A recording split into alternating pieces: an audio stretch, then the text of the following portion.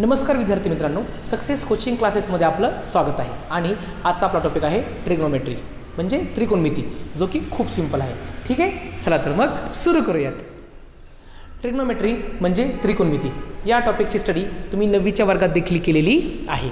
ठीक आहे, तुम्ही 9वीच्या वर्गात देखील याचे काही बेसिक कॉन्सेप्ट स्टडी केलेले आहेत. आता आपल्याला या 10वीच्या वर्गात देखील या टॉपिकची परत स्टडी करायची आहे. आणखीन याच्यामध्ये काय नवीन कॉन्सेप्ट आहेत हे समजून घ्यायचं आहे.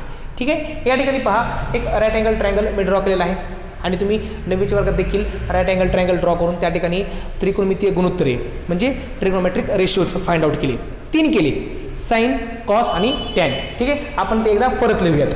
ओके, पहा, साइन थिटासाठी तुम्ही कशा प्रकारे गुणोत्तर त्या ठिकाणी लिहिलं होतं. Sine theta is equal to opposite side divided by hypotenuse. ठीक आहे, अपोजिट साईड हे माहिती असणं खूप जास्त महत्त्वाचं आहे बरं का. अपोजिट साईड डिवायडेड बाय हायपोटेन्यूज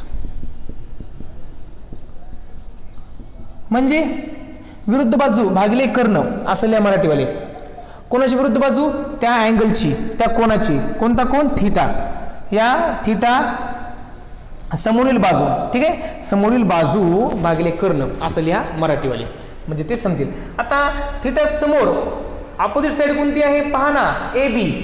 आणि या ठिकाणी हायपोटेन्यूज म्हणजे कर्ण कोणता आहे? ए सी. ठीक आहे, म्हणजे हे साइन थिटा कसं लिहिता आपल्याला या ट्रायंगलवरून A B divided by A C.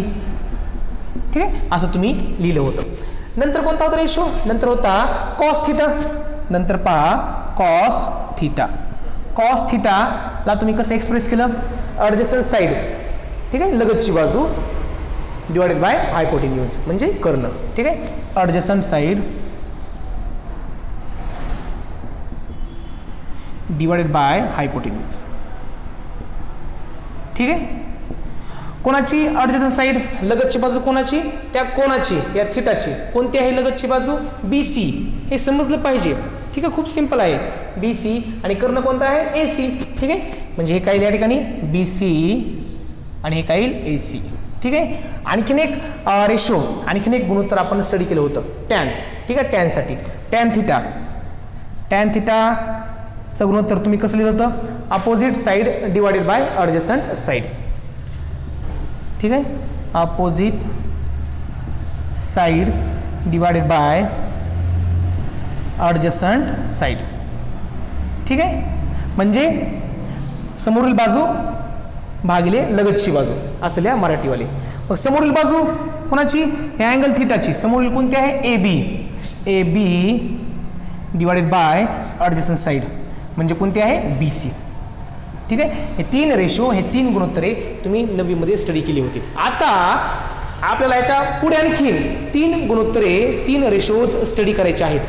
तुम्ही तुमच्या टेक्स्टबुकमध्ये पाठ्यपुस्तकामध्ये पेज नंबर 125 वरती पहा, कोसेक, सेक आणि कॉट असे 3 रेशो आहेत. ते आपल्याला आणखीन स्टडी करायचे आहेत आता. ठीक आहे, तत्पूर्वी हे तुम्हाला माहिती असणं आवश्यक आहे, कारण याच्याहूनच ते 3 रेशो तुम्हाला समजतील. ठीक आहे, आता नेक्स्ट पहा. आता याच्याहून जर तुम्ही नेक्स्ट कोणता आहे? कोसेक. ठीक आहे, कोसेक थिटा जर तुम्ही लिहायला गेलात कोसेक थिटा, तर आता हे तुम्ही कसं लिहाल? कोसेक थिटा लिहिते वेळेस या साइन थिटाला व्यस्त करायचं. याला काय करणार तुम्ही? अपोजिट साईड खाली लिहिणार आणि हायपोटेन्यूज वर लिहिणार. म्हणजे कोसेक थिटा काय येईल? Hypotenuse divided by opposite side.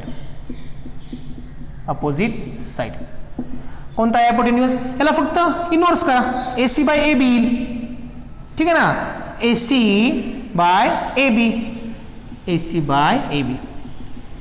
ठीक आहे, पेज नंबर 125 वरती पहा, हे तुम्हाला समजून जाईल. नेक्स्ट पहा, कोसेक नंतर आहे sec theta. Sec theta. Sec theta तुम्ही कसा लिहिणार? या कॉस थिटाला इनवर्स करा, कॉसला व्यस्त करा, म्हणजे तुम्हाला सेक थिटा सापडेल. मग या ठिकाणी कॉस काय आहे? ॲडजसंट साईड बाय हायपोटेन्यूज. सेक काय येईल? हायपोटेन्यूज बाय ॲडजसंट साईड. ठीक आहे, बाय ॲडजसंट साईड. ठीक आहे, लिहा मग हायपोटेन्यूज काय या ठिकाणी? ए सी. हायपोटेन्यूज कर्ण तर तोच राहणार आहे. ठीक आहे, ॲडजसंट साईड आहे बी सी. लास्ट कोणता आहे कॉट थिटा. कॉट थिटा म्हणजे टॅन थिटाला तुम्ही काय करणार इनवर्स करणार व्यस्त करणार. Tan theta is equal to what tan theta is equal to adjacent side divided by what opposite side. कोणते आहे adjacent BC. कोणते आहे BC. कोणते आहे अपोजिट AB. ओके. तर अशा प्रकारे जे तुम्हाला आपल्या 10वीच्या वर्गामध्ये ज्या ठिकाणी नवीन 3 रेशो नवीन 3 गुणोत्तरे पाहिजे होते हे 3 हे आहेत. हे तर तुम्ही 9वीलाच पाहिलेले आहेत. आता हे 6 पण तुम्हाला माहिती असणं खूप जास्त आवश्यक आहे तरच तुम्ही याच्यावरचे प्रॉब्लेम इझिली सॉल्व्ह करू शकता. आता या ठिकाणी थोडं लक्ष द्या. 6 पण पाठ करत बसायची गरज नाही आहे.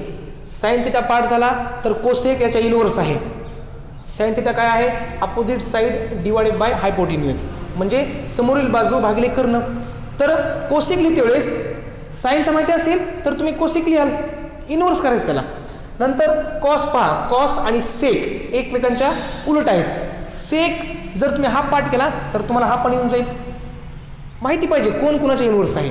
नाहीतर या साईनला तुम्ही टॅनच्या इनवर्स लिहिताल असं चालणार नाही. ठीक आहे. हे 3 तुम्हाला माहिती असतील तर तुम्ही हे 3 पण इझिली लिहू शकता.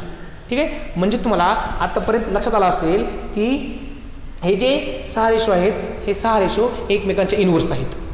ओके. म्हणजे साईनच्या इनवर्स साइन थिटाच्या इनवर्स कोण आहे कोसेक थिटा. ओके. नंतर कॉस थिटाच्या इनवर्स कोण आहे सेक थिटा. आणि टॅन थिटाच्या इनवर्स कोण आहे कॉट थिटा. ठीक आहे. कॉट थिटा हे माहीत पाहिजे. ज्यांना हे माहिती असतील ना इनवर्स एकमेकाच्या कोण आहे हे त्यांना रेशो गुणोत्तरे इझिली लिहिता येतील. ठीक आहे. तर आय होप हे तुम्हाला जे 6 रेशो आहेत ट्रिग्नोमेट्रिक रेशोज त्रिकोणमितीय गुणोत्तरे हे समजले असतील. हे पाठ करा. हे तुम्हाला माहिती असणं आवश्यक आहे तरच तुम्ही याच्यावरचे प्रॉब्लेम मी परत सांगत आहे इझिली सॉल्व्ह करताल. ठीक आहे. कारण हे खूप जास्त महत्त्वाचं आहे. ज्यांना हे समजलं हे रेशो माहिती असतील त्यांना प्रॉब्लेम इझी सॉल्व्ह होतील. ठीक आहे. आय होप हे तुम्हाला समजलं असेल. लिहून घ्या थोडं समजून घ्या. आता आपण पुढे जाऊ. ठीक आहे.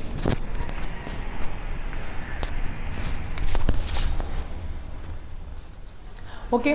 तुम्हाला ट्रिग्नोमेट्रिक रेशोज म्हणजे त्रिकोणमितीय गुणोत्तरे जे आपण आत्ताच 6 स्टडी केले ते तुम्हाला लक्षात आले असतील. ठीक आहे. साईनच्या इनवर्स कोसेक असतो. ठीक आहे. म्हणजे साईनचा जो रेशो असतो कोसेक लिहिते वेळेस साईनच्या रेशोला फक्त उलट करायचं तुम्हाला कोसेक पण मिळून जाईल. फक्त कोण कुणाच्या इनवर्स आहे कोण कुणाच्या व्यस्त आहे हे तुम्हाला बरोबर माहिती असणं आवश्यक आहे. नंतर कॉसच्या इनवर्स सेक असतो आणि टॅनच्या इनवर्स कॉट असतो हे तुम्हाला आता समजलं असेल. आता नेक्स्ट जो पॉईंट आहे तो आहे the relation between trigonometric ratios. ठीक आहे. त्रिकोणमितीय गुणोत्तरे जे आहेत ना त्याच्यामध्ये परस्पर संबंध काय आहे ते आपण आता स्टडी करूयात. पहा व्हेरी फर्स्ट पहा आता आपल्याला तर माहिती आहे की साईनच्या इनवर्स कोसेक आहे 1/sin theta is equal to तुम्ही याला कोसेक थिटा देखील लिहू शकता. ठीक आहे. किंवा 1/कोसेक जर असेल तर तुम्ही त्याला साईन देखील लिहू शकता. नेक्स्ट पहा 1/कॉस थिटा कॉसच्या इनवर्स कोण आहे सेक थिटा आणि tan theta is equal to हे कॉट थिटा. हे एकमेकांच्या इनवर्स आहेत. 1/कोसेक असेल तर तुम्ही त्याला is equal to sine theta देखील लिहू शकता. 1/सेक असेल तर तुम्ही त्याला कॉस थिटा देखील लिहू शकता. 1/कॉट असेल तर तुम्ही त्याला टॅन थिटा देखील लिहू शकता. ठीक आहे. आता याच्यावरून आपल्याला असं लक्षात येईल की आपण हे जे इनवर्स आहेत या इनवर्सचा जर गुणाकार केला आता पहा ना हे या ठिकाणी भागाकारामध्ये आहे म्हणजे हे डिव्हिजनमध्ये आहे. त्या साईडला गेल्यावर ते जाईल मल्टिप्लिकेशनमध्ये गुणाकारात जाईल.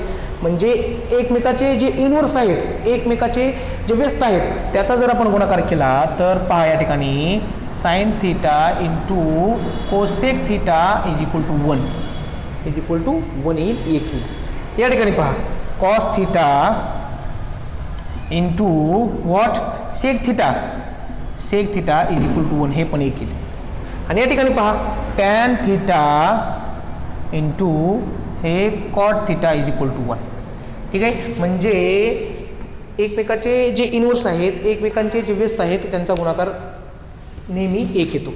ठीक आहे. हे लक्षात ठेवा. हे आहे रिलेशन बिटवीन ट्रिग्नोमेट्रिक रेशोज. हे पण तुम्हाला माहिती असणं आवश्यक आहे.